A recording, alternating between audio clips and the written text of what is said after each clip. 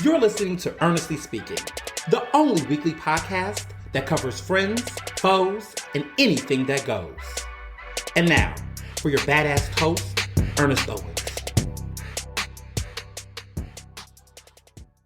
And we're back for another episode of Ernestly Speaking with your host, Ernest Owens, myself. Well, it is September, and it is September, and woo, it's been a lot. Oh my goodness. This past week has been, I thought that with Labor Day, on Monday and, that 4-day week, that things were going to be a little bit more, adjustable and adaptable. But listen, it is officially fall for me. I am in fall mode, brand new restaurants, lots of buzz. Eater has been doing well with a lot of people hype about, all the new restaurants. I did a piece on brand new fall restaurant openings. I also talked about the new hottest restaurants in Philadelphia right now.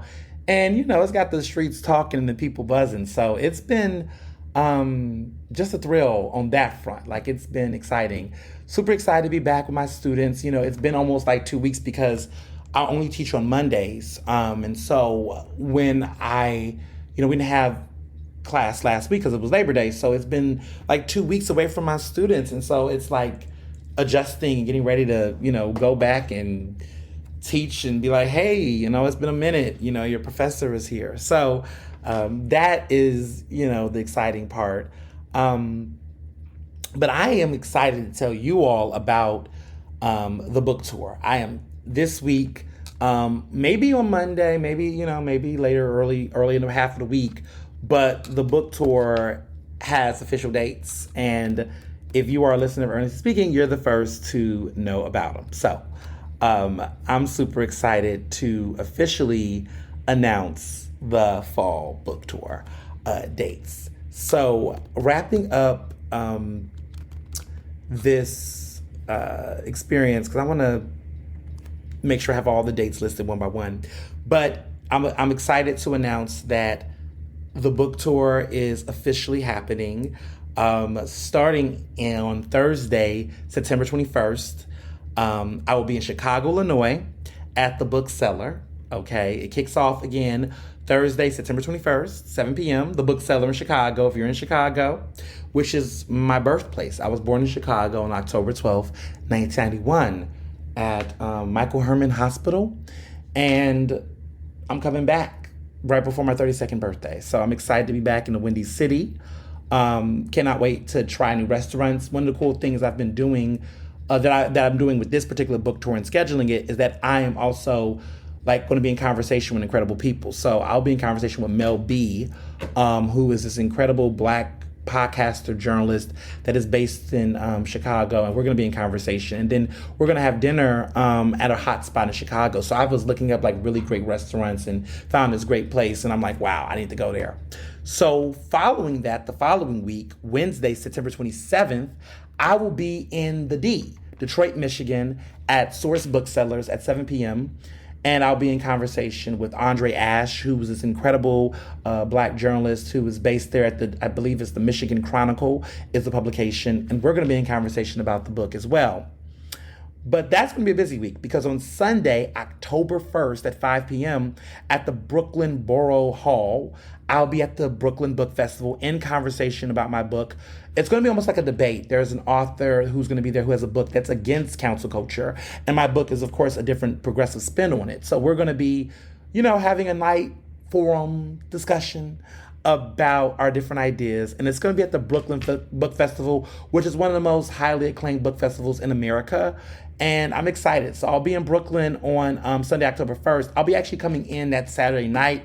So to all my folks in New York and Brooklyn that want to hang out, get drinks or do something, I'll be in town, so hit me up.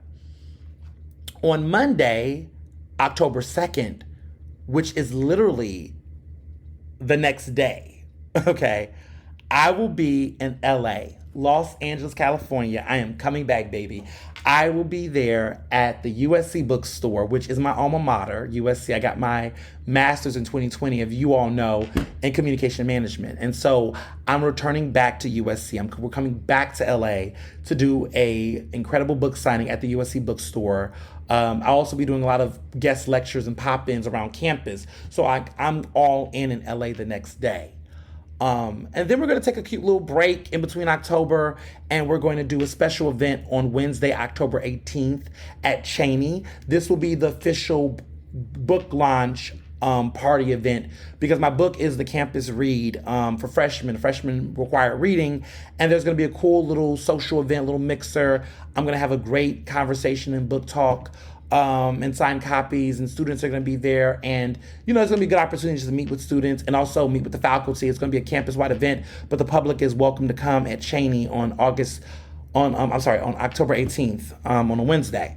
And then we're going to wrap up on Thursday, October 24th, in Lawrenceville, New Jersey. I'll be at Rider University, and I'll be talking to students about my book, and I'm going to be doing a special guest lecture there. And that will conclude my national book tour for 2023 for the Case for Council Culture. So it's been an incredible journey. To be very clear, we're going to still be selling books and we're going to still be doing things. But as far as like the big book tour type of energy, this is the final leg. This is the third leg. Three's a charm. And after that, I'll be doing paid speaking engagements and just doing regular traveling and events. And the book will be there, and I'll sign copies and do things. But the aggressive book tour that you all have seen me been doing for the past year, that will conclude this fall with this book tour. So I'm super excited about it. A lot of you all, I've hit major cities. I think when I did the last count, I did 16 different cities. And I've traveled to multiple states, over a dozen states. And I've had over 20 book stops, but I've been in 16 different cities across the country. And I hit the major ones, right? Like I've done, New York, LA, Chicago, Houston, DC, Boston, Baltimore, Los Angeles, Detroit. I've done all the major cities. Houston, did I say Houston? I think I said Houston. But I've done a lot of cities. Like Martha's Vineyard was fabulous, And so I'm excited that, I've been able to really hit this for a debut book, for a first time book. You all continuously buy the book, continuously show love. I'm really grateful for that. I'm really been happy with all the conversations and ideas. There's so much more to come. I have to be quiet about it though, of course, but there's so much good things happening, and I'm just so happy that I was able to pull off another tour. I'm super excited about these cities because Chicago was like, wow, LA, Detroit. I'm really excited. It's the thing for me has been to be able to go to these different cities. Oh, New Orleans. How could I lose New Orleans? I forget about New Orleans. New Orleans was great too. But the thing that I love the most is being able to go to cities, and every place we went to, it hasn't been empty. It hasn't been crickets. There are folks and people I don't even know, and people that I do know that I haven't seen in years, that are coming out and just excited about a book, right? Because nowadays people think that folks don't read. People still read books, y'all. I mean, I still do. I'm going to tell you about a book I read actually this week that I had to speed read because of everything going on. But I'm happy about that. I'm happy that as a Black queer millennial, as someone in my early 30s, that I can go out on a book tour and do this. This is the dream.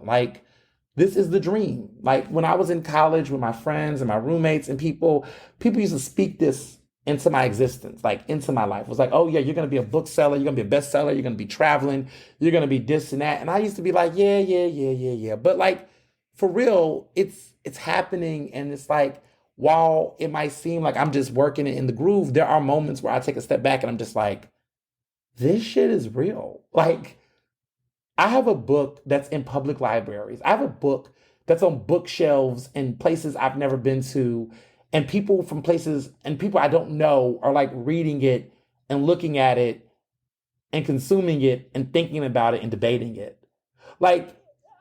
I love that for my journalism. Like when people read my articles and share it and debate it, when people see my social media posts and post it on major blogs and sites, and my friends will tag me and then say, yo, you're in this room, you're in the shade room, you're in this place, your tweet is on this site. I'm like, wow, but it's just something about a book where people are willing to pay for it. I think that's the part for me, is like folks who I don't know are somewhere in a bookstore somewhere, and they're like, yo, this book is interesting. Like, I'm interested in this, and I'm going to drop coins. And I'm in bookstores in Philly where the book is consistently sold out. Like, I don't know if I've said it enough, but like, thank you. Like, thank you. Like, I really, from the bottom of my heart, am grateful and appreciate like that level of investment and commitment. And, some of you all, I bump into you in the street.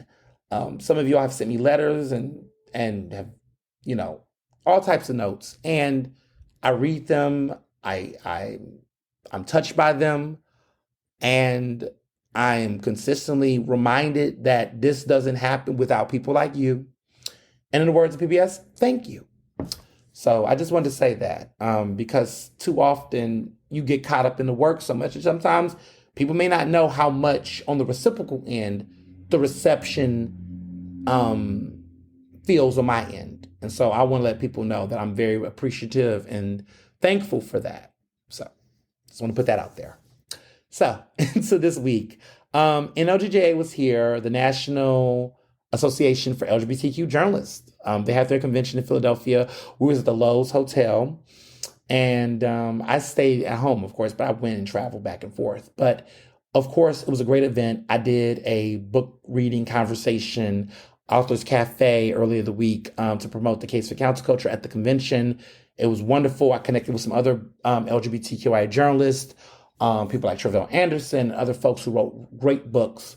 And so it was great to just be around other authors and connect with people and network. And there was some card passing and some other collaborative stuff. So I'm super excited about that. I also did an incredible panel with some journalists discussing how newsrooms can better prepare to cover LGBTQI individuals. And honestly, what I told those newsrooms that I want to tell regular people, folks that are not journalists, is that my solution was simple. It was like, listen, newsrooms got to understand that the way that you can include voices and diversify your stories, regardless of LGBTQIA, race, gender, whatnot, is that it's not just about the stories, right? It's also about sourcing.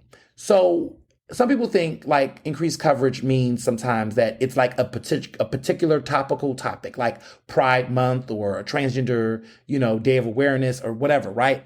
But I also tell people it's subtle ways. It's number one, are you hiring people? Are you diversifying your employment to have different people at different levels in the newsroom influence coverage? That's one important way. The second way, outside of just doing stories, is the stories that are not necessarily fixated on LGBTQI people. How about including sources in other stories? So one thing that I tell people is that if you think that LGBTQI people live in this bubble where all they're worried about is LGBTQIA like labeled issues, then you're missing the mark. Like outside of my work as a journalist, I'm also someone who is in the media ecosystem. I'm also somebody who is a food writer. I'm also somebody who is a college professor. I'm also someone who, is in nonprofit, leadership. If you're doing a story about issues impacting nonprofits, you can also call on me to be a source or call on a queer person in nonprofit leadership to be a part of that story. It doesn't have to center on our sexual orientation, gender identity. It's just simply doing it, right? I tell this about a lot of times when it comes to diversity stories around race. There are newsrooms in Philadelphia and beyond that will often say, oh, well, we interviewed this, we did a story on Black History Month. We did a story on this Black person. It's like, well, okay, but when I read your stories about mental health or read your stories about criminal justice reform or read your stories about politics, how many Black therapists are you interviewing as a source? How many Black, political consultants are a part of your story? So I feel like the real work is don't include black people only when the headline is about, that says black. It's about including black people's voices and perspectives on issues around the country and around the world that is not necessarily, directed specifically at their identity in their community as a target demographic.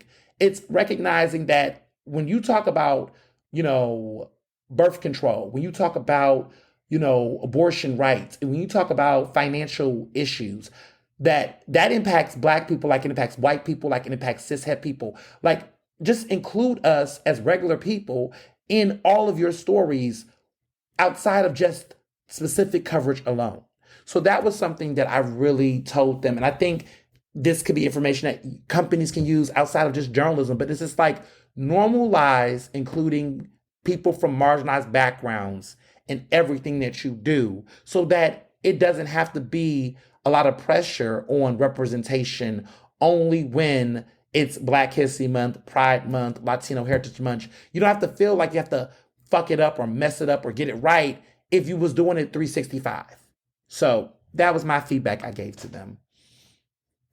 Outside of that, I won my lovely award in person, which I was super excited about. I had won the Association of LGBTQ Journalists. I won Excellence in Long-Form Journalism for my work on Jussie Smollett, the piece I did for Rolling Stone, which was called Jussie Smollett Wanted to Be a Hero. Instead, he destroyed his career. And you all remember the drama behind that story. And, my interactions and relationship with Jussie Smollett, how it deteriorated during my journey of covering him during the trial. And, it was a gutsy story. I'm proud of it. I'm proud that, I was honored. I've been saying on social media that, 7 consecutive years I've been snubbed. But it's all love with LGGA. Their president, Kim Miguel, is awesome. I spoke to the executive director, their team, and there's a lot of love and there's a lot of good vibes. And, I'm just happy that when I look on my shelf, that I have awards from both of the journalism associations that I identify with. This year I won an NABJ Journalism Award and I won an NLGJ Award for 2 separate pieces from 2 separate publications. I'm that bitch. No, I'm joking, but for real.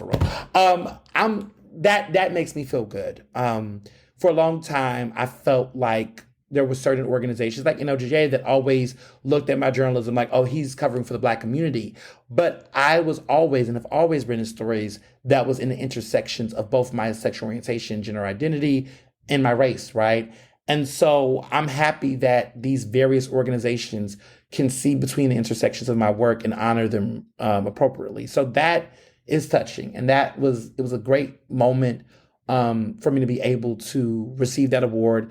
Members from my PABJ executive board and my membership showed up and showed out. My good friends came through from that leadership team to show up. It was at 9 a.m. in the morning at the Lowe's. So some of y'all gonna be like, why y'all didn't call me? I would have came. Y'all, it was 9 a.m. Even I wasn't trying to really get up, to be honest. But we got up, we did our thing, and then we had brunch at Bank and Bourbon, which is like downstairs at the Lowe's Hotel. It's like their hotel restaurant, but it's dope. I got something to say about that brunch in a minute. But we had a great brunch, and it was a good time. But after I received my award, I'm ready to, tell y'all some things because, the streets are talking.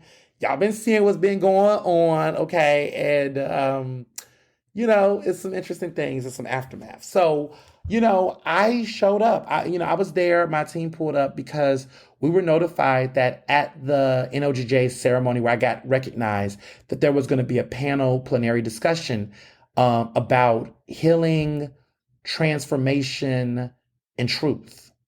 And that on this panel, the president of NABJ, the new president, Ken Lemon, was going to be a part of the panel. Now, a lot of y'all are like, woo, what happened? Whoa. It's about to get hot. Okay, it's about to get a little hot. What had happened was that we got notified that Ken was coming the day before. People who've been following the situation between us, PABJ and NABJ, said, look, Ken is in Philly. And, folks been like, it's been, I want to backtrack a little bit. Earlier this week, the National Association of Black Journalists released a statement that basically confirmed everything that we talked about last week. So remember last week, y'all, I told y'all about how there was a group of people that were conspiring to create another NABJ Philly under my back and tried to slide this organization in, and that NABJ was in talks to come to Philadelphia at the meeting in October. They were trying to have their own private meeting with their board and all this drama, right? Well, that got confirmed officially earlier this week. NABJ put out a statement, and they basically said that they were in talks to bring another NABJ Philly into the city, which is just, again, stupid because we already have an organization here that's 300 members strong. And even though there was a split, there was always other options and solutions. And I feel like we would be better off as a group having a conversation about how to fix men's than bring a whole new group into the mix that is not prepared to tackle these issues. They don't have any money. They don't have any real clout. And quite frankly, they appear to be antagonistic to the progress that's being made by the current organization. So for that, you know, when the press release came out, we were just like, this is ridiculous. So we were like, okay, well, now that Ken is here, we're going to, pull up, because we had, tried to send emails to this board. We tried to do previous times, and we wasn't getting responses. And so at the event, I felt like it was important because I was triggered. I was triggered by hearing, this man at the time talk about, truth, and talk about, healing and all of these things. But you literally was on a board as the vice president that voted in favor of me being removed as the first person in this organization to be removed. And I'm a Black queer journalist, and you came to my city and you couldn't even respectfully, offer a conversation. And so I expressed in front of that entire delegation, in front of the entire NOGJ community, they gave me the mic. And me and a mic are like gin and tonic.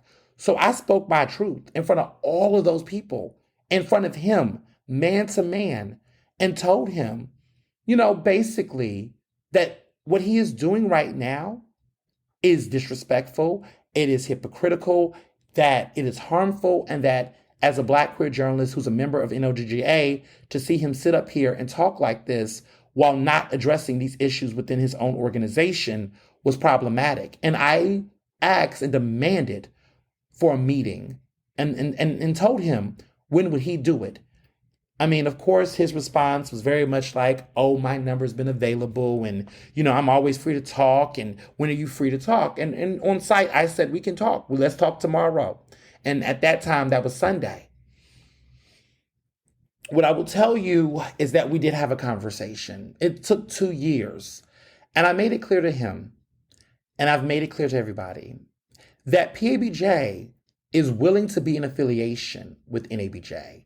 And that if said affiliation means that we will not be in compliance with some of the current policies that has made it difficult for us to do so, then so be it on compliance. But at the end of the day, if affiliation can help mend some of this drama, let's do it. And it's something that not only I agree with, it's what the members want. The members that are actually a part of PABJ, let me be clear. It is what the board wants. It's what we all want here in Philadelphia. We don't need a bootleg PABJ. We don't need a, counterfeit bag. Like, we don't need no fake Gucci bags up in here. We don't need no knockoffs. There's no need to have a knockoff PABJ. We don't. I remember on Love and Hip Hop, because I love Love and Hip Hop, Stevie J was calling Nico, who was messing around with his ex-girlfriend, Mimi, his baby mama. He said, who's this knockoff Stevie J? And I just keep thinking that in my head when I be like, a knockoff PABJ. Like, what is this? This is a bootleg PABJ. This is a knockoff PABJ. We don't need no fake counterfeits. And let me be also clear, and let me reiterate for those who didn't listen to last week's podcast, which you can, it's still available, is that the people at the helm of this do not live in Philadelphia. They live in Jersey. They live in Delaware. They live out of state. These are individuals who are not comfortable, most of them, a few have, naming their allegiance and involvement in this. They are fearful. They will not respond back to the board. They have not spoken back to the board. They have not, we offered to have a conversation with them. We said to them, we would like to have a conversation to address these issues. And a lot of them honestly none of them responded. None of them said, you know what, I'm going to put all my issues aside. I want to explain to you why I was involved in this situation. And, I'm going to hear it, right? They haven't done that. And so, I do believe to some extent there is some bad faith involved in this clearly. And it's like, do you really want to work this out, or did you just want to upsert or attempt to upsert power? And so I tell people, be very mindful that we always assume the best in people, which we should. But when you're dealing with pure evil, when you're dealing with people that just want to be chaotic, ain't no negotiating that. But that is those individuals. And I think what we made clear is that Philadelphia doesn't want another NABJ chapter when the Philadelphia Association of Black Journalists has been here since 1974. And I don't mean the Sun NABJ, but I'm going to do it for 5 seconds. PABJ is the first association of its kind for Black journalists in America. We were the first. Period. There was no NABJ before PABJ. We predate them. We are the blueprint. We are the alpha, and we're the omega. We are the first to do it, baby. And to be quite honest, let's talk about history. Nearly 50 years ago, our members, our founding fathers and mothers went to DC, in addition to other journalists, and created NABJ in 1975. So how you gonna kick out the mother of the house? We're the mother. We're the one that started it all. And we will never be duplicated. Nobody can copy our swag and our recipe. And there are some longtime members who lived in that era that are a part of this decision. And I will tell them respectfully, what you don't want to do is think for 5 seconds that you can replace the legacy of the Philadelphia Association of Black Journalists. And so I made that clear to the current NABJ president that there's a better option on the table than this. Because this is the nuclear option, and we ain't trying to go there. Because I don't need to go from 0 to 100. Let's stay at 60. Okay, maybe 65, but still. Let's stay there. We don't need to go to 100 on this because cooler heads can prevail. And I'm coming in here with an olive branch of grace. The board is. The membership wants to see us move in a positive direction. And listen, we can do that. And they know that. And I've articulated that to them. So we'll see what happens. But at the end of the day, Philadelphia and PABJ is going to keep moving forward. And I let it be known to some of the board members that it gets silly in Philly when it comes to fuckery. And this is bananas. This is unnecessary. We don't have to do this. And it gets silly in Philly. And I just feel like, in my opinion, I made this clear to the president of NABJ, that I think that he is getting the wrong impression about Philadelphia and about what Black journalists want, and also how important PABJ is to not only Philadelphia, but to America, and that this attempt that they're doing is attempting to undermine the legacy and the respect of this organization. And when you mess with Philly, you mess with everyone. It gets silly in Philly. And people do not have time for somebody to parachute their, because you know how Philly do, y'all. For those who listen to this very Philly podcast, nobody in Philly likes national folks parachuting into their city, trying to dictate and represent their city's interests. Philadelphia and PABJ is not just a Black journalist concern. It is a city council concern. It is a concern from activists. It is a nonprofit concern. It is a newsroom concern. We are backed and supported across the city from people that these outside voices don't know nothing about. And if you thought that my appearance and calling out the bullshit at that conference is the very maximum I would do, guess again. Because we're not here for the games. We're not here for the passive aggressiveness. We're not here for the throwing stones and hiding hands. And a lot of these people, because I call them the hateful eight. I ain't gonna hold you. I'm a little petty, but I call these 8 people the hateful 8 because to me, this is hateful. This is spiteful. And honestly, what's funny to me is I could see if I was burning the house down. I could see if we were broke. I could see if memberships were going down. I could see if fundraising wasn't here. I could see if my events were flops. I could see if that was the case. But I didn't do that. My board didn't do that. And so it's hard for me to not look at this as people bucking against the current generation of journalists that are trying to move the organization forward. It's hard for me not to see this as an attack on my age. It's hard not to see this as an attack on who I am as a Black queer person, right? Because the way in which these people have discussed me and described me to other leaders has given off the impression that there is homophobia influencing this, that there is paternalism involving this, that there is elitism shaping this, and that these are people who are so stubborn and so stuck in their ways. It will never be 1974 anymore. PABJ will never stick in 1974. The good old days, as they would put it, are over for them. We are in a new era that's more inclusive. See, they don't like the fact that the old school journalists of the day wanted journalists to be working in traditional newsrooms and working for the traditional press. So if you was a Black journalist and you didn't work at the Philadelphia Inquirer or Philadelphia Magazine or, WQHS, WHYY, or any of these like major, media companies or whatever, and you didn't work at NBC 10 or CBS 3 and all the major 6 ABC, they didn't consider you a journalist. And to be honest, they didn't even care about the Black press. They didn't recognize, WRD as much as they should have.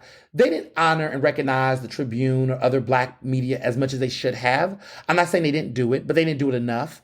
They were very much elitist. They were caught up in the framing of, oh, you're at the Inquirer. You're a serious journalist. Ooh, you at Philly Mag. Listen, let me tell y'all a small story. When I was a freelancer, I'm still a freelancer by contract, but like when I was a freelancer new to the city and my first gig was at Metro Philly, right? When I was at the Free Paper, I remember some of these Black journalists waving their noses at me being like, oh, okay. And I knew what that meant. That was dismissing me and who I was. The moment I got to Philly Mag, all of a sudden the conversation changed. All of a sudden they viewed me as a real journalist. They looked at me like I mattered. It's the same elitism that I experienced when I went to college, right? Like I went to Penn, and when I told people I was in college, they were like, okay, cool. But then when I said I went to Penn, University of Pennsylvania, it was like, oh, okay. Oh, you're smart. But what if I would have said I was at CCP? What if I would have said I was at Westchester? Like, it's that type of elitism that's been in this institution for a while. And as Black journalists, we know what's going on in this industry. People are getting laid off. People are transitioning into different careers. We have a lot of journalists that are doing experimental things. They're creating new publications. They're creating online publications. You got people like Josh Duncan creating Love Now Media.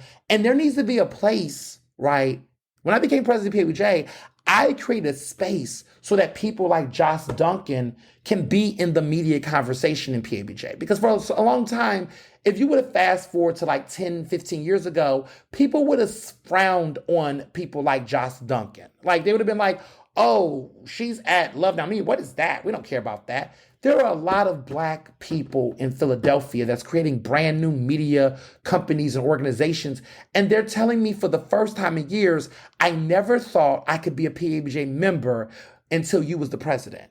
I always felt like I was judged if I was not working at these major publications. I thought there was no space for me, that there was no place for me if I wasn't at KYW versus WRD.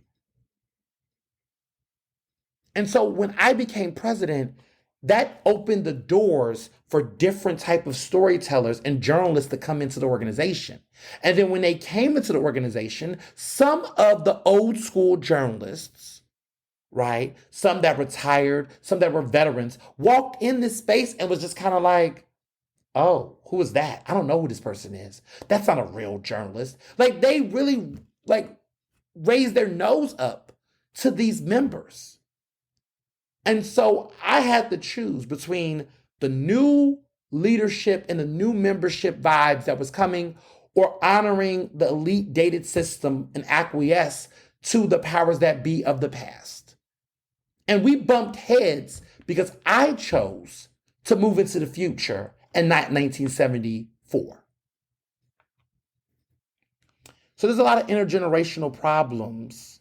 There's a lot of microaggressions. There's a lot of paternalism.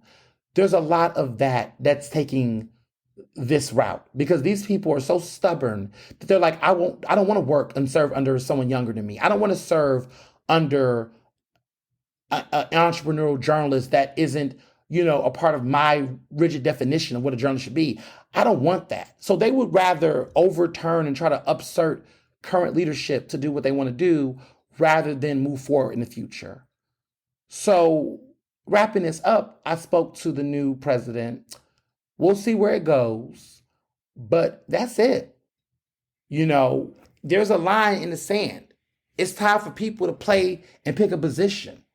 And it's time for people to get real about the current times we're in. There's bigger fish to fry right now than Black people in media fighting each other over organizations that honestly Black people need to be united. It's time.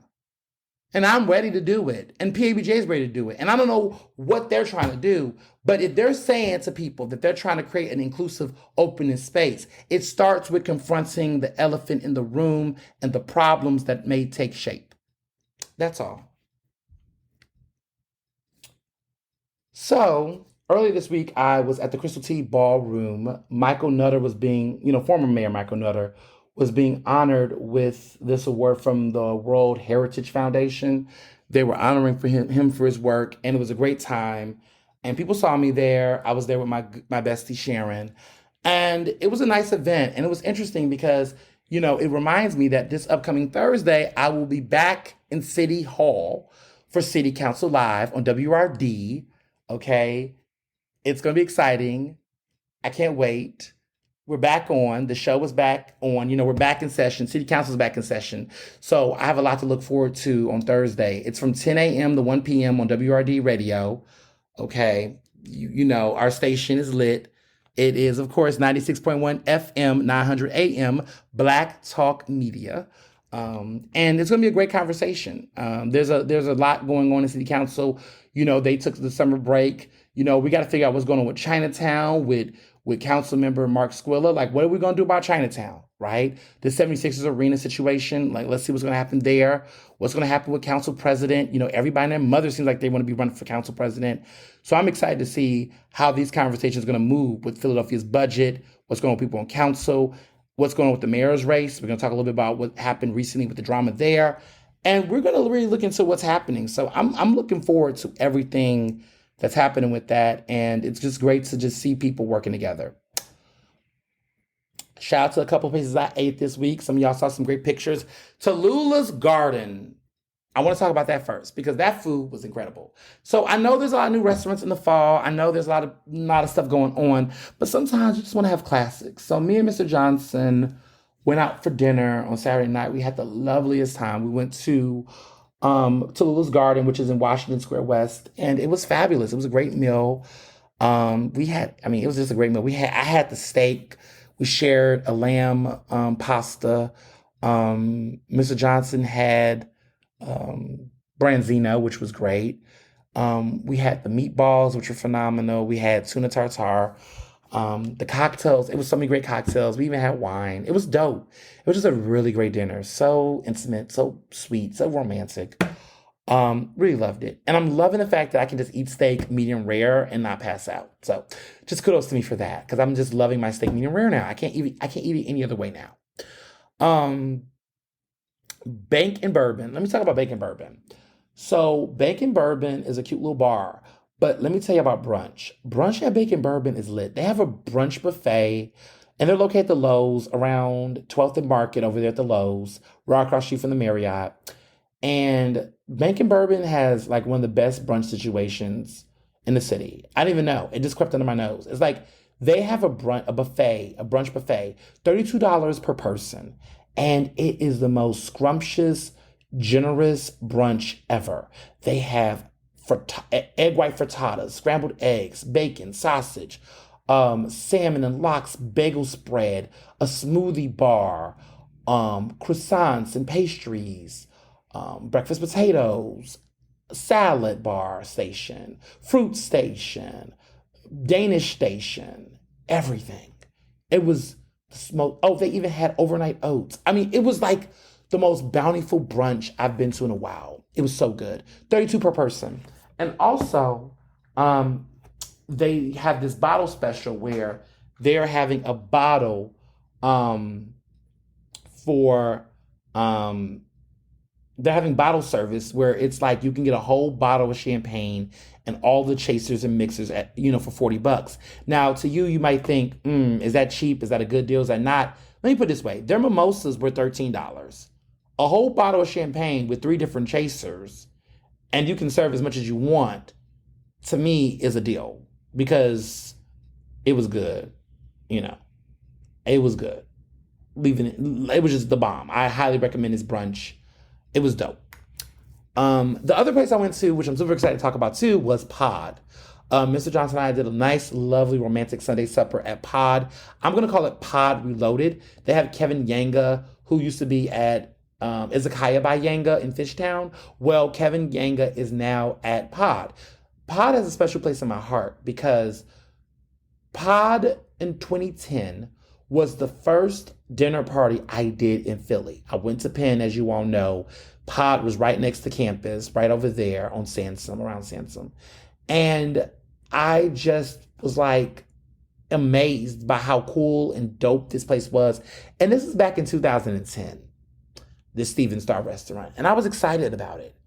And then I guess around the pandemic time, Steven Star was like, we're going to do K-Pod, which was this Korean concept, which I never fully got into. I just never was fully sold on K-Pod. Like, they had a cool dessert with sweet potato that was really good. But I just never felt like K-Pod was just like, it made sense to me, like a concept. It was okay concept, but I missed the old pod. Well, y'all, this pod is new and improved. It is something different. I mean, it's so good. Like, I got a spread of all their different entrees. It is good. It deserves a revisit. I encourage you to go back and revisit Pod now that it has a new chef and a new team. But Steven Starr made the right choice. I highly agree with the choice. I'm happy he did it. Who would have ever thought this would happen? But it's genius and it's smart and the food is delicious. Just want to put that out there. So moving along into some of these hot topics that's happened. I got a chance to read the book, The Last Politician, Inside Joe Biden's White House and the Struggle for America's Future by Frank Foer. This book is spicy. If you haven't read it, I encourage you to get the audiobook, do whatever. But it's a really good book. And it's complicated. It's a complicated book because, I walked away from it, thinking about like, I don't want to say this right now, but it's like, I don't know about Joe Biden running for re-election. I'm indifferent. And apparently many Democrats want Joe Biden to kind of just like pass the torch. I know Joe wants to be a second term president, but like there's something right now. We got to have a different Gavin Newsom from California, people, anyone. Like we just have to have, I just don't know if Biden is really a good option. Like, I understand that Trump remains popular in spite of all of his 90 plus indictments, charges, or whatever. But at the end of the day, okay, if Biden wins by a hair or whatever, is anything really materially going to change or get better for the country at the level to which we need it? And is it possible for us to respectfully switch leaders during this time for the betterment of the country? Unfortunately, American politics just does not work that way, and it's frustrating because I'm kind of like, could we have considered a different option? I don't know. But it's just going to need to be a better, stronger leadership team under Biden then. So if you want to keep Biden as president, the team just got to be stronger. And, with Kamala, it's like,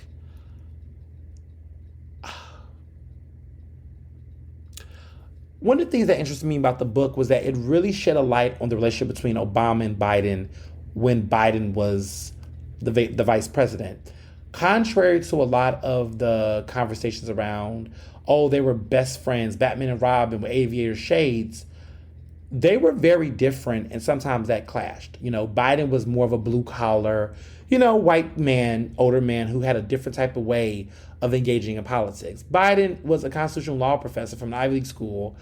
And I want to say Biden is one of the first presidents he's one of the few presidents in modern history that did not graduate with an advanced degree and also did not graduate from an Ivy League institution. He went to the University of Delaware. Like, he did not get a master's degree or a bachelor's degree.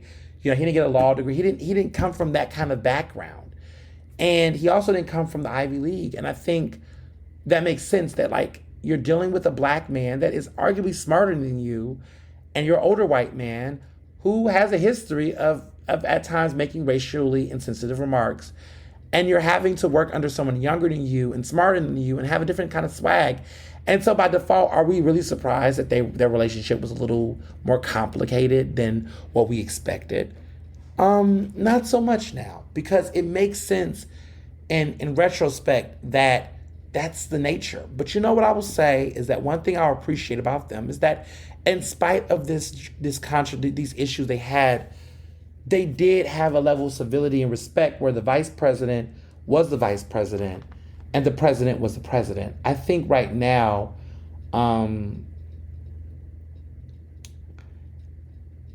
it's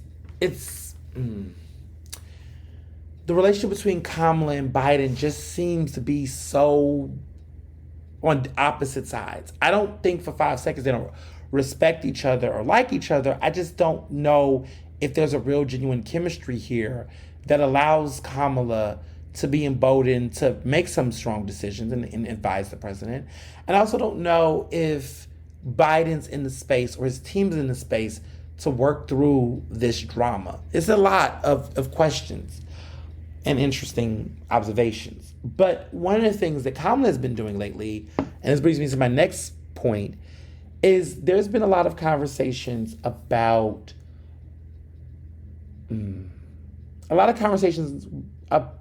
about Kamala's, popularity again. And she's been doing a lot of interesting things to try to get that there. So this past weekend, she had a 50th anniversary of hip hop party at her residence. And Lil Wayne was singing Mrs. Officer, which is hilarious, that song, Mrs. Officer, because Kamala's a cop, or was a cop, or, the narrative around her being, affiliated with law enforcement. And I find that to be a subtle dig in its own unique way. Kamala was dancing to the song and vibing. I don't know if Lil Wayne was singing the Be It Like a Cop and introduced the ridiculous, offensive, Rodney King reference in the sexual innuendo between Beat It Like a Cop. Like, this, the innuendo of, like, the sexual innuendo around that, and then the reference to Rodney King, and then the idea of beating something up like a cop. Like, I just... And I'm wondering to myself, like, Kamala, do you understand what is happening here? Like, Vice President, do you recognize what's happening in the context? And she doesn't, sadly. There was also other performances. But the thing that gets me about the current White House, especially some of these parties and things, just saying, is that there seems to be the same crowds and people. Like, Jason Lee is there. Interesting. Like, there's this need to keep bringing and inviting the same class elite folks into the conversation. And,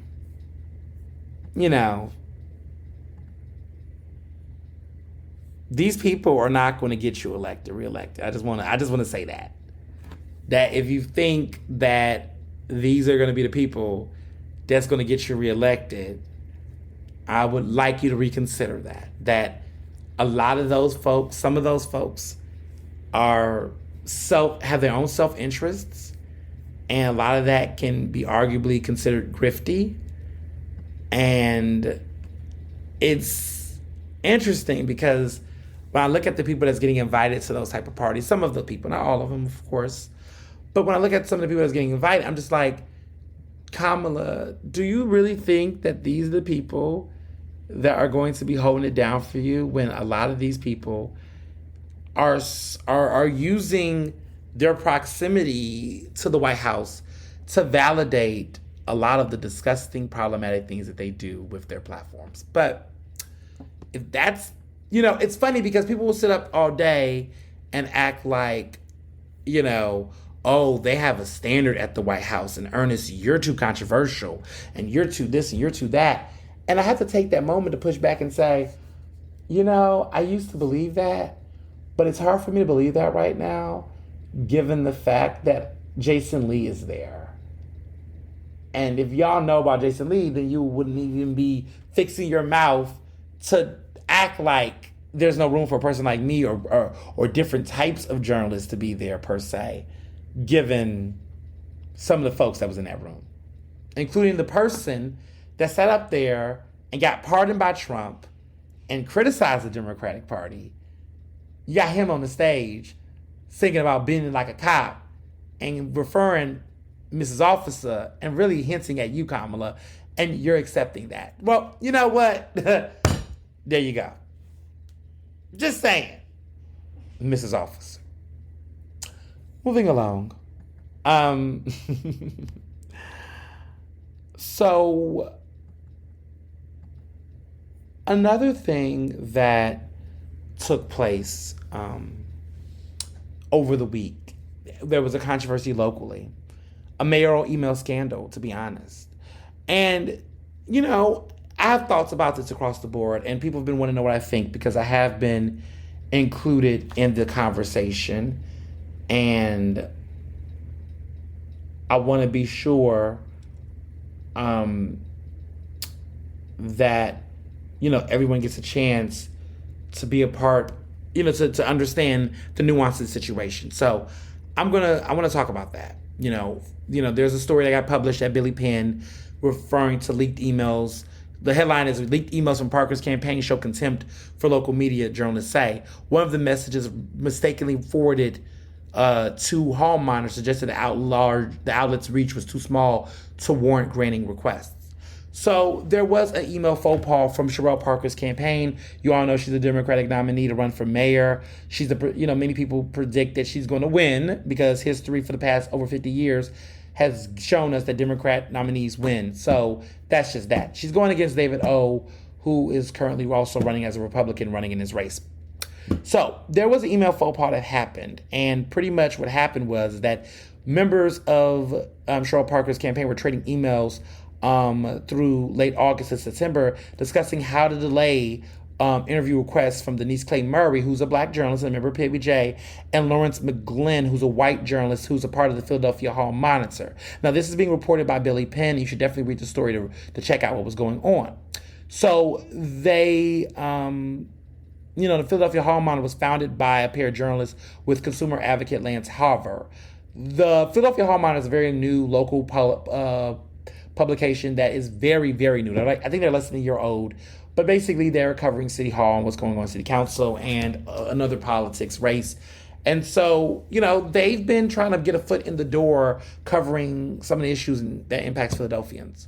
So there was an oops because somebody actually copied Lawrence McGlynn to the email chain by mistake, and that gave up the strategy that these two members had trying to, delay.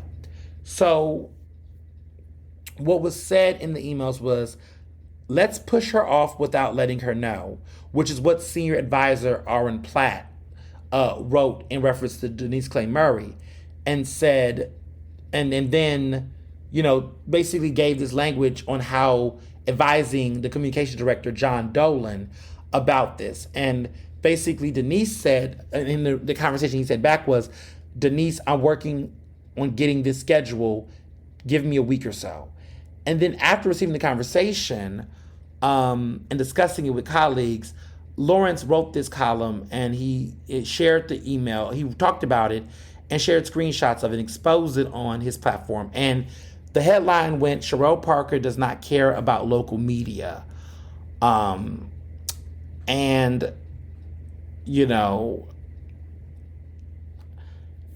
update the story with a statement by Sherelle Parker. But I want to, get to what was also at hand. So basically, they said that, in this quote, said that in this article in the Hall Monitor site, said that, Democratic nominee Sherelle Parker has been conspicuously absent from the campaign trail. It's been rare to see her publicly, and rare to still hear her speak substantively on any political issue. Here at Hall Monitor, we have been attempting to schedule time to speak with Sherelle Parker since May. When we have received a response to our inquiries, we have been politely pushed off. Last week, the campaign manager called me to discuss possible interview dates. I asked for an interview for this week's show. He responded to me via email looking for a date in October. Fine, I said, we can do that. On Thursday, Ramos introduced me to the campaign new spokesperson, John Dolan, and there was an introduction. And basically that's when things got a little surprising with the rhetoric and the language. And so, Aaron Platt had said, let's push her off without letting her know. Denise, I'm working on getting this scheduled. Give me a week or so, etc. Just be careful, because she's already said that we're ignoring Black women journalists and truly independent media, irrespective of other concerns. But we don't want this to be much of a narrative. Dolan said, let me talk with Denise Clay Murray tomorrow. She wants to do a profile, and we just answered a bunch of questions for her. Obviously defer to Aaron, but I'm disinclined to do all of the requests from both Denise and Lawrence for pieces that won't get coverage. So, they pushed, the Hall Monitor has been upset about this. They've talked about how they feel like the slow roll was insulting, and, they're hurt by this. And, I get that. So where I stood on it was, I had a conversation with Denise Clay Murray.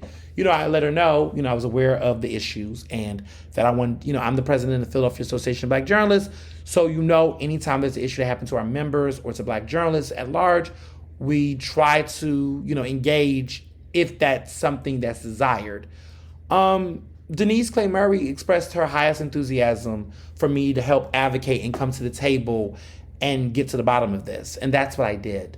Now, there was a statement released, because I want to be clear, I spoke with mayoral candidate Sherelle Parker, on Thursday night when this controversy went down. And listen, it was late at night, but people were tired. People had to go to bed. But you know what?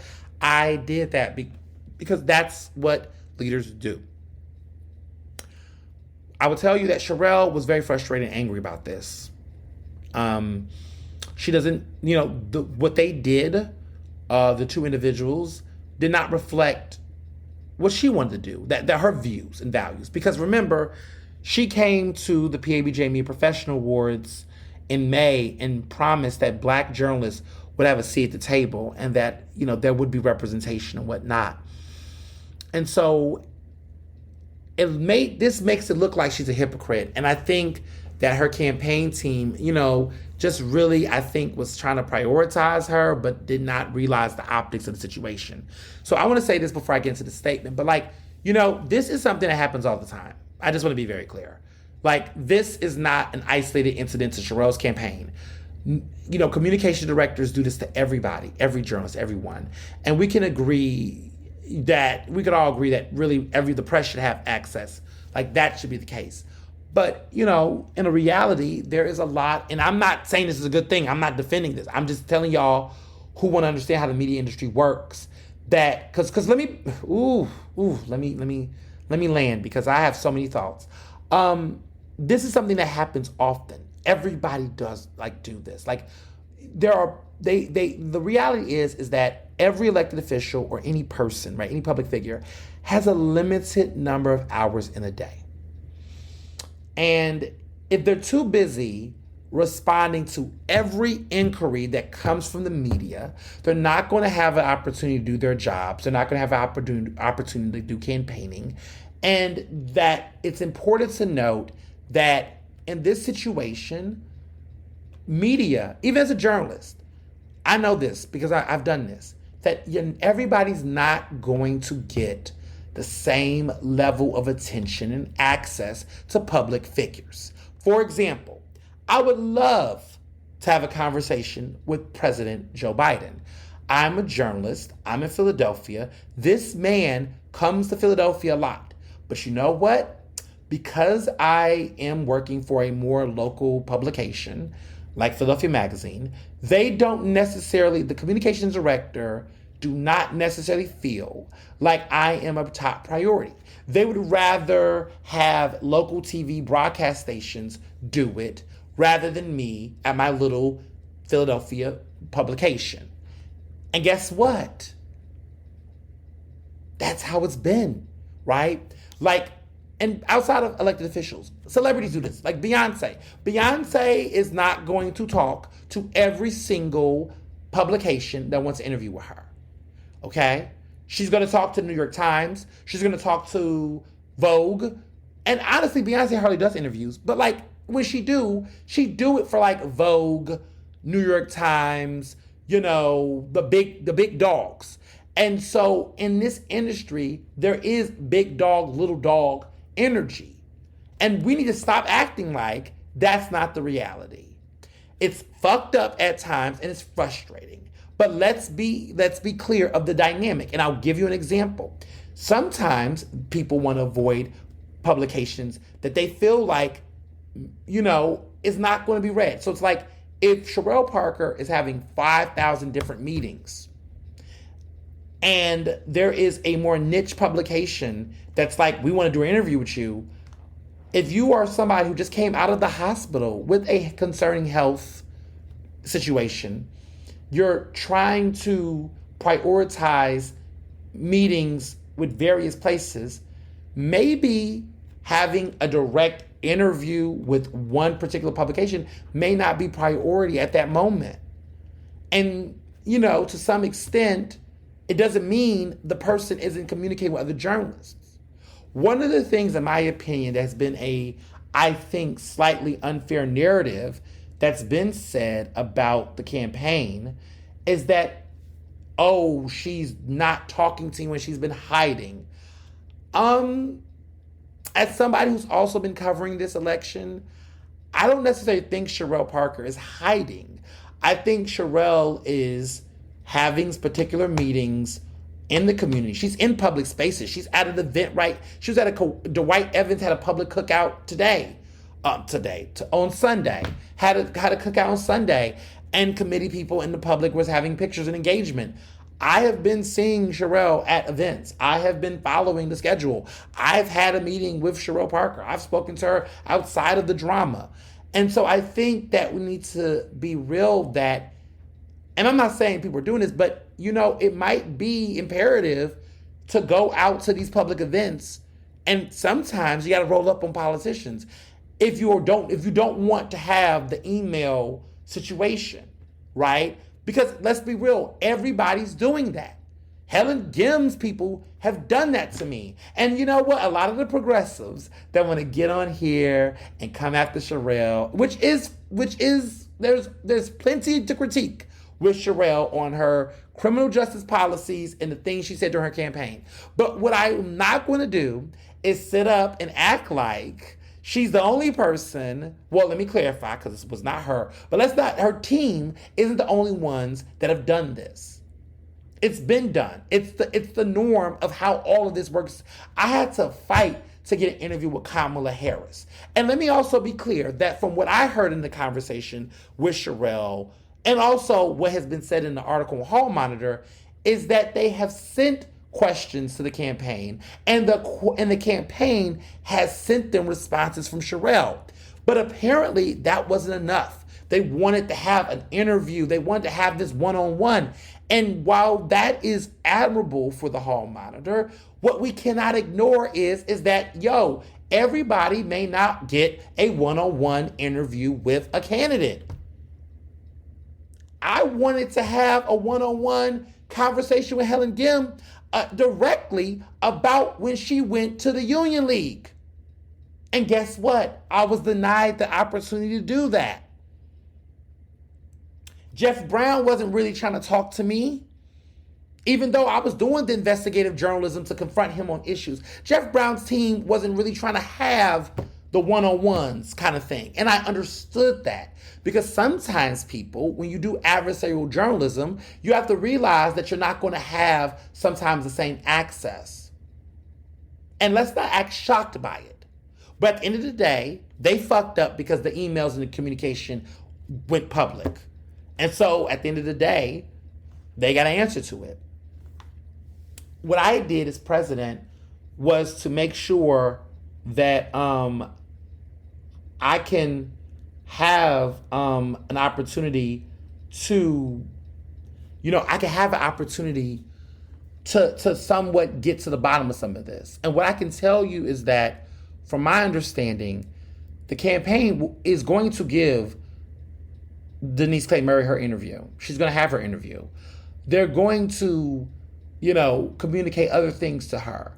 But I wanted to make sure that it wasn't just about, on my end of communication, fixating on just Denise Clay Murray, but getting the commitment from Sherelle Parker that this will not happen again. And also to make sure that, because I'm the president and I represent Denise, and I was advocating on behalf of Denise and the other Black journalists in my organization, I wanted to make sure that not only was Denise granted access, but other Black journalists within my organization was going to get a fair shot and get access as well. And that was reiterated to me and confirmed to me. And, I'm going to I'm going to judge her not by her words, but by her actions. That is something that she has often said, is to judge me not by my words, but my actions. And she made it clear to me that in this statement, I'm going to read it. To say that I'm pissed and angry is an understatement. The dismissive tone of my staff is not consistent with who I am or what I expect from my team, and I've made it clear that this is entirely unacceptable. However, I understand the buck stops with me, and I take responsibility for what comes out of my campaign. I've talked this evening with the president of the Philadelphia Association of Black Journalists, Ernest Owens, to make my position clear and reiterate my commitment to giving a seat at the table to those who have been historically excluded. But as I've said countless times, judge me by my actions. After my election night medical emergency, when the doctor said I was not yet okay to come out of my house, I made it a priority to go to the PABJ event to reaffirm my commitment to ensuring that Black journalists will have unprecedented access in the Parker administration. This is how I've always run my office, and this is how I plan to govern if it's God's will and I am elected mayor of Philadelphia. So I look forward to seeing what happens next. I'm not here trying to cover for anybody, because I ain't on nobody's campaign and I ain't getting paid for no one to do any type of consulting. So let me be clear there. I ain't no puppet, ain't paid. Y'all know me.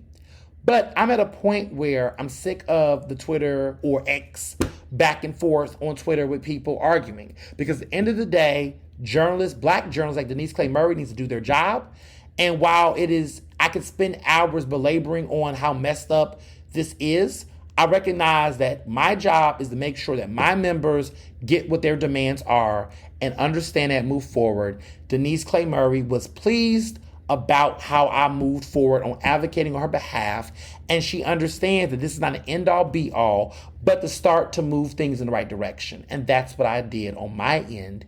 And so to the people that want to sit up and pick fight all day and nitpick all day, you could do that, but at the end of the day, you don't have none of our jobs. and you're not having any responsibilities. And you can be all day and throw mud and throw shots and be a Billy Badass on Twitter. But guess what? People still got to work and get jobs and get shit done right here at home in Philly. And that's what my priority is. It's time to grow up, people. We're in a crisis. Okay, we have a leadership crisis. We have a gun violence crisis. We have a poverty, unemployment crisis. We have a lot going on. And I think some of these progressives who sit up and talk all day about how they're trying to move the needle forward, they just are so salty and still bitter that Helen Gim is not the fucking mayoral candidate. Get over it. Like, we have to move the fuck on. This is a new reality. And like, are we all happy about every single political decision? Absolutely not. But you know what? I, as a Black queer person that's being targeted in this city and in this country, I don't have time to be dealing with motherfuckers who are focused on bike lanes and eating, new bagels in gentrified neighborhoods. I'm focused on making sure people like me can get a fucking job and can keep my job and to be protected and have the right to practice my First Amendment rights of free speech. Like, there's a bigger fish to fry. And if you want to get on Twitter all day and belabor what coulda, shoulda been, then you're missing the mark. And so for people like me who are pragmatic, who understand that Twitter is not the only outlet to enact change, and that using and weaponizing the experiences that happen to Black women to push other political incentives and issues is tacky. One of the things that disgusted me were how people were in comments having opinions and saying, well, you need to do a debate with David O. What does that got to do with this situation? But it's just obvious that people never really give a fuck about journalists until it serves their needs. Because when I was out here getting lied on and disrespected by the Helen Gim communications camp, none of these progressives say anything because that was who they liked. So let's be real. Everybody has teams and picks sides, and everybody likes to act like what their person do is better than the other or worse than the other. Like when Helen Gim took her ass to the Union League, y'all was crickets in that motherfucker. Y'all was silent as shit. Okay? Listen. I see y'all. Everybody see y'all. And if I name names, y'all gonna be in y'all feelings. But who a lot of these white progressives are that oftentimes suck up the life of conversations, love to jump on Black people's issues, but stay silent on their faves, and oftentimes only get in the conversation around race and other issues when it involves people like theirs is not in fire. So when Helen Gim makes faux pas and mistakes that are insensitive, no one is saying sorry. She said sorry, but nobody else on her support her can admit that was wrong. They'll come up with 1,000 excuses out their ass, but then they'll get mad when Cheryl Parker people do the same thing. And it's like, okay, so y'all recognize y'all the same people, just for different people, right? Y'all know better than the other people that y'all think y'all better than, right? Okay, just saying. Y'all doing the same shit. I ain't heard none of y'all call out Johnny Doc. I don't hear none of y'all tell y'all favorite progressive candidates to stay away from Johnny Doc. Period.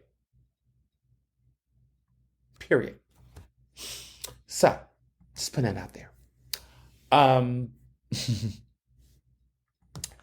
So, there seems to be a lot that's been going on outside of Philly, but in courthouses where I am just sitting here, not surprised, but disgusted. So I don't know if you all, well, probably you do, heard about Danny Masterson. Danny Masterson. He is an actor. He's 47. He was on that hit show, That's So 70s Show, which I remember watching when I was in middle school. And I guess that was a very popular show, right? Danny Masterson was on That 70s Show and was a very popular, actor on that show with Ashton Kutcher, Mina Kunis. Everybody was a part of that show. And, this man was sentenced to rape, and he's going to be in prison for a while. So Masterson was sentenced on Thursday to 30 years to life in prison for sexually assaulting two women at his Hollywood Hills home 2 decades ago. And it's come out. And the weird part is that there were celebrities that wrote letters defending him. And, the two people that shockingly did that was Mila Kunis and Ashton Kutcher. They said they are aware of the pain that their character letters defending convicted rapist Danny Masterson caused, stating their intent was not to re-traumatize the victims or undermine the verdict. And, they were among several other actors that did it.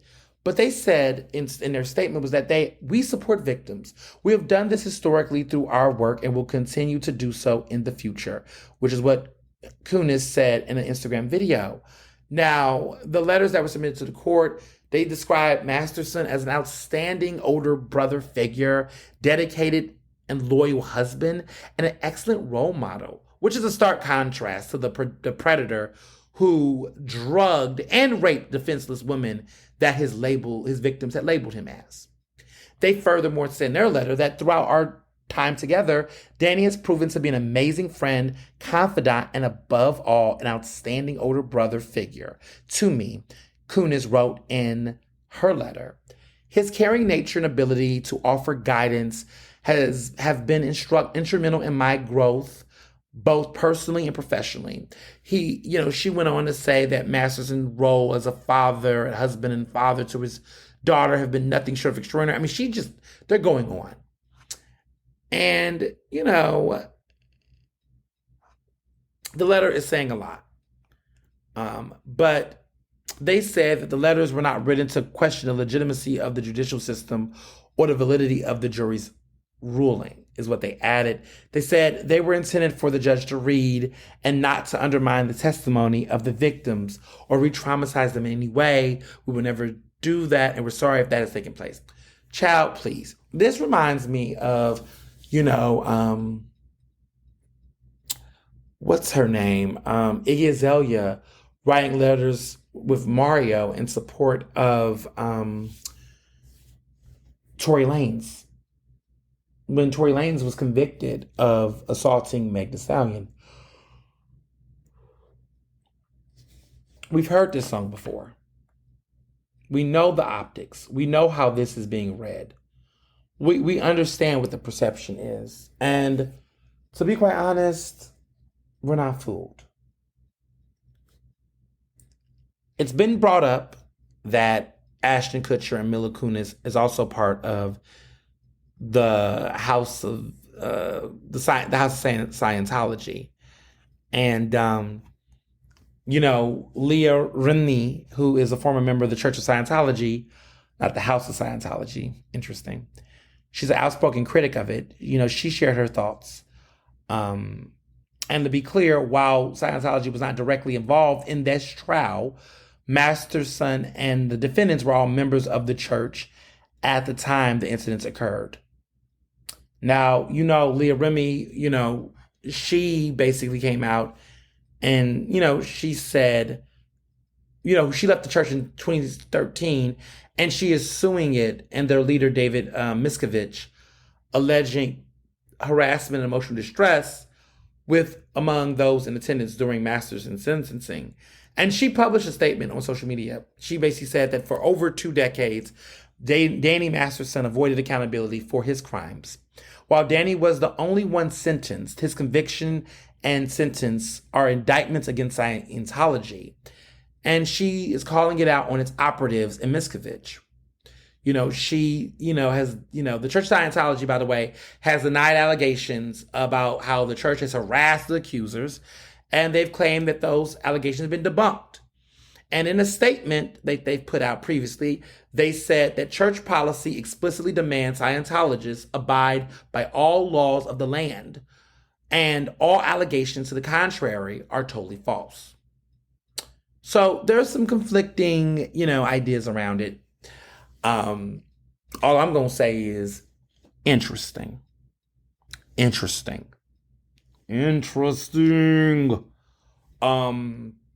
Yeah. All I will say as well is that Mila Kunis, girl, what are you doing? Ashton Kutcher, canceled. Okay, y'all out here getting punked in real life. How y'all? Let me be quiet. Again, disgusted. Just just side eyeing the whole situation. So moving along, there is an Ask Ernest this week. You all have been in love with this Ask Ernest. Let me pull up the request. This was a really good one. So, not gonna name names, but I appreciate it. They said, don't use my real name. I'm not using your real name. They said, let me read it verbatim.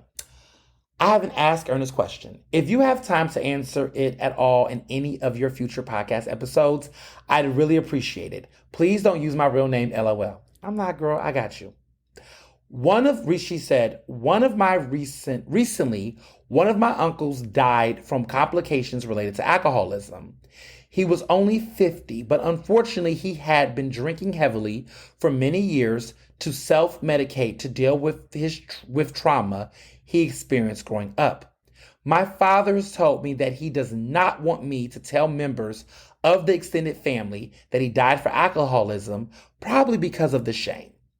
At his funeral service, there was no mention of the fact that alcoholism killed him. I understand that there was a lot of shame around alcoholism, but it feels almost dishonest to not tell family the truth of his death. For one, having a family member with alcoholism means that you have a higher likelihood of developing addiction. But also, hiding the truth of someone dying from alcohol abuse only furthers the stigma and shame, and it makes it so others do not get help. I understand that my uncle and other people from my family are older generation who did not have access to mental health services. But I feel like it's the responsibility of us millennials and Gen Zs to not be afraid to expose these family secrets. What do you think, Ernest? Is there a way to be honest about my uncle's battle with alcoholism without bringing shame on my old school Black family? Or should I just zip it? Thanks in advance for any insight. Also, side note, my family has also kept family secrets about domestic violence and other problematic things, not just alcoholism. So it's definitely a pattern. Well, thank you for your question. That is a very good question and a very complicated one. I just appreciate how you all reach out to me and send me these questions. That's a really good question. Okay, here's what I would do. Here's what I think. I think that this is a family matter, first and foremost. When I think about the show I watched, Queen Sugar, where, Nova was on Queen Sugar, and Nova was basically like, what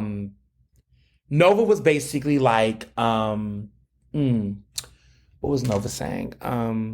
Nova Bordelon had this very interesting situation where she wanted to write a book, and she didn't really run the issues with her family. It was her truth, but it involved members of her family. And she released the book, and the family was in shambles because they were like, there's things in my life that I didn't need you fucking telling. That's not your story to tell, even if it involves you. How dare you? In this situation, this is a very family-centered situation. And I think that you should have individual conversations with family members about the real cause of the death. I think you shouldn't, post this on social media. You shouldn't publish it. But I do think that you should, amongst family members, have these conversations. And if some of the old school folks don't want to have it, that's fine. But you can build a cohort of younger members in the family that you're worried about, that you're concerned about. Because you're right, the research shows that families that are dealing with alcoholism or have an alcohol family, that it's almost, I don't want to say hereditary, but if you're in a culture where you've seen and experienced that, the research shows that the likelihood for you to participate in similar things is very high. So this is trying to break a family curse or break a family cycle, right? Generational curses, right? If there's alcoholism in your family, issues like that there has to be intervention. And so what I would recommend is trying to offer maybe potentially having an intervention, family counseling, right? Maybe there needs to be family counseling so that you don't have to put this burden on your shoulder, that maybe this is a process for healing. Maybe you should call in an intervention and probably use resources to say, look, you know what? Some people in this family may not want to reconcile with this and deal with this, but offer the branch an opportunity to other members of the family to come together to bridge these divides and to heal. Because at the end of the day, I don't think your intent is to air dirty laundry, so don't. But at the same time, I also recognize that for you, keeping things in cobwebs does not make the family stronger. It actually divides the family and also can create and perpetuate the same generational curses that has led to this man's death. That's unfortunate. And my condolences to your uncle and to your family. But I do agree with you that there is a middle ground here and there's a dance here. And I think that you should identify members in your family that you feel safe to have these conversations with. And it seems like you have, but you should share it and you should discuss it. And I think you should also be willing to consider bringing in professional counseling and, help to this, to offer therapy. Because to be clear, your family, your old school family members, while they might be a little old school and it might be annoying, they're still family and they still care. And maybe this is an opportunity to say, listen, you can't deal with this and grieve with this alone. We need to come together, and it might require a third party, an independent voice, a professional independent voice to help with that. So that's my recommendation. I hope that that makes sense and that, you move forward and keep us updated here on Ernestly Speaking. So thank you. Okay, going into movies, I just want to say that The Equalizer 3 with Denzel Washington, oh my God, it is so good. Okay, so I'm normally not into sequels and action films, but anything that Denzel was in, okay, like that's my uncle in my head. I'm here for it. And I completely forgot to talk about going to see it. It is the bomb. I recommend people watch the previous two if you can. You don't really have to be honest, because each Equalizer has like its own story. But I feel like it's important to watch the first two just to understand Denzel's character a lot better and understand why this third and final part of the story is out. Denzel's film got #1 at the box office, and it's incredible to see someone at his level in the industry still out here doing blockbuster hits, still #1 at the box office, and does not have to do a Marvel fucking film to do it. That's what I'm talking about. One of the things I love about Denzel is that he's never did it. And you know what? Y'all, everybody like to talk about Leonardo DiCaprio, but mad props to Denzel and Leonardo DiCaprio for not getting in a fucking Marvel suit or a DC Comics suit. And I got it, and I ain't trying to throw shade, because sometimes you could be great like, Angela Bassett and get an Oscar nomination for your performance in a Marvel film. But Angela Bassett is the only actress, the only actor in all of these Marvel films to ever get an Oscar nomination. So shout out to her for pulling that off. Disney, where was Payola? We wanted our girl to get the Oscar, okay? Y'all should have had that campaign money ready. Jamie Lee Curtis, love you. But baby, let's be real. You wasn't even the best supporting actress in your own film, okay? Let's not act like, my good Judy over there, who was Stephanie, okay, Shu, who was also in that film, was the better supporting actress in that damn film, okay? Jamie Lee Curtis got the Oscar, congratulations, but let's talk about it. Y'all know Stephanie up in Everything Everywhere All at Once was the better supporting performance than Jamie Lee Curtis. And she was also nominated. And so my thing is, when I saw that Angela Bassett didn't get the award, it should have went to Stephanie then, to keep it 100. But I digress. I'm not going to rehash it. But shout out to Denzel for continuing to do well at the box office without having to put on a cape. On to music. Listen, this song Bongos by Cardi B and Meg Thee Stallion.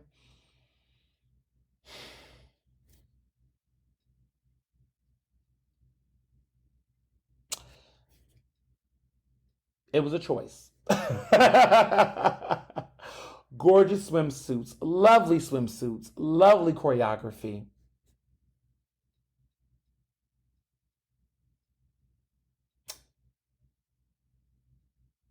I'm happy Meg is back.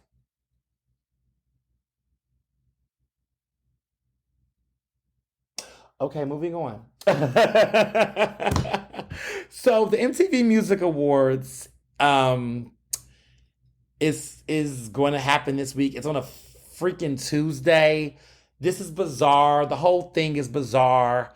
I don't even understand what's going on here. But the MTV Music Video Awards is happening on a Tuesday.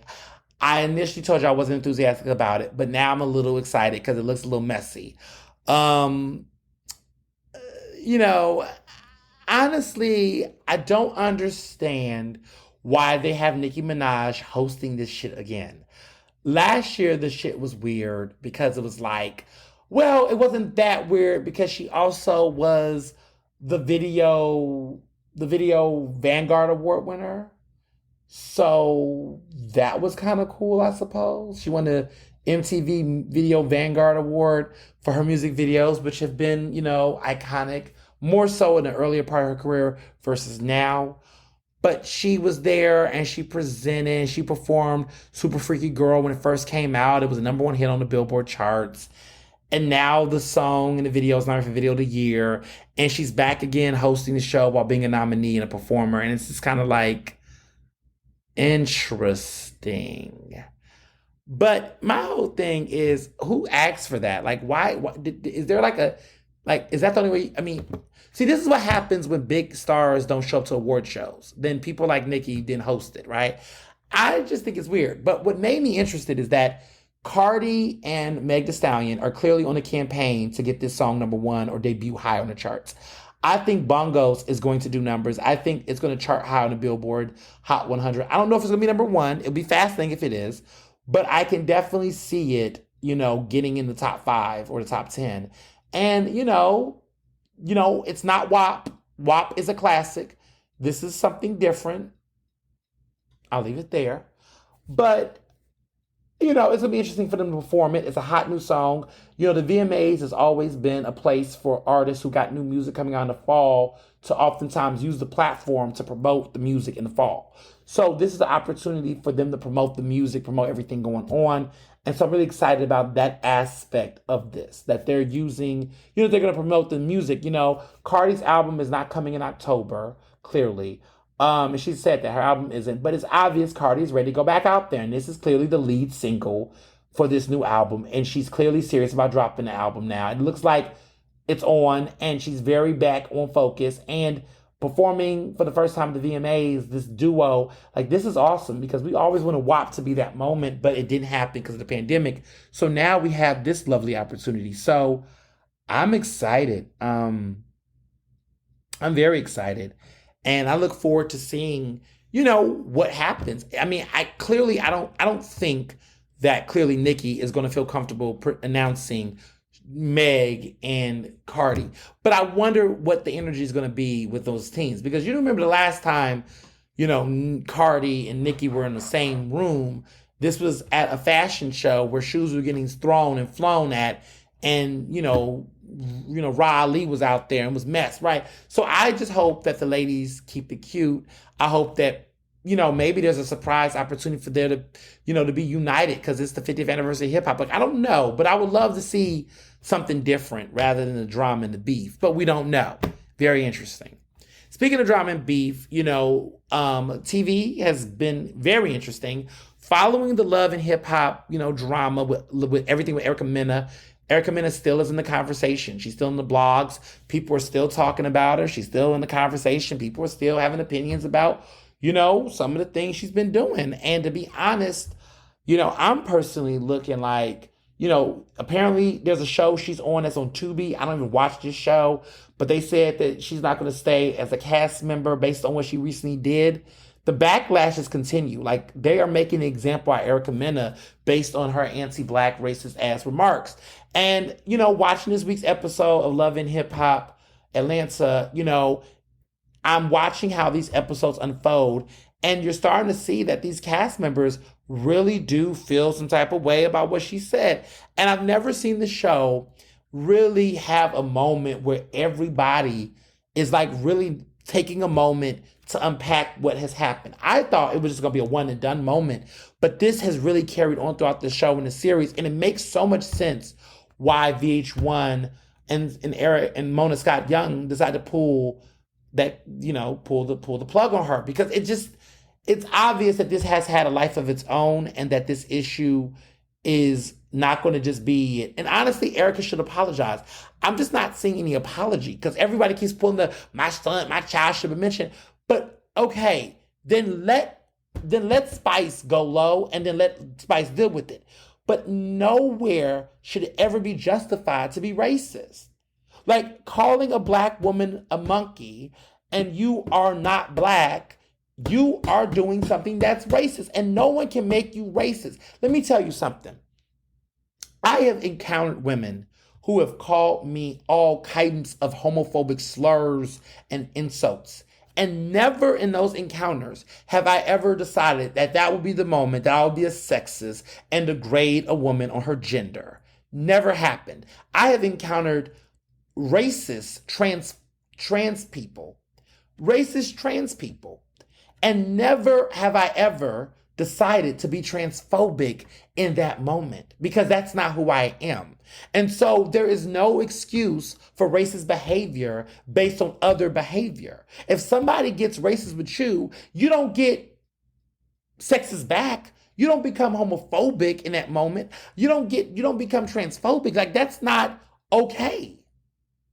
You don't respond with hate with hate. If that's who you are, that's who you are. And I say this because when I look at Erica Mena, right, in conversation with Spice, when Erica Mena called Spice a monkey, Spice never called her any racial slur pertaining to her identity as a Latinx woman.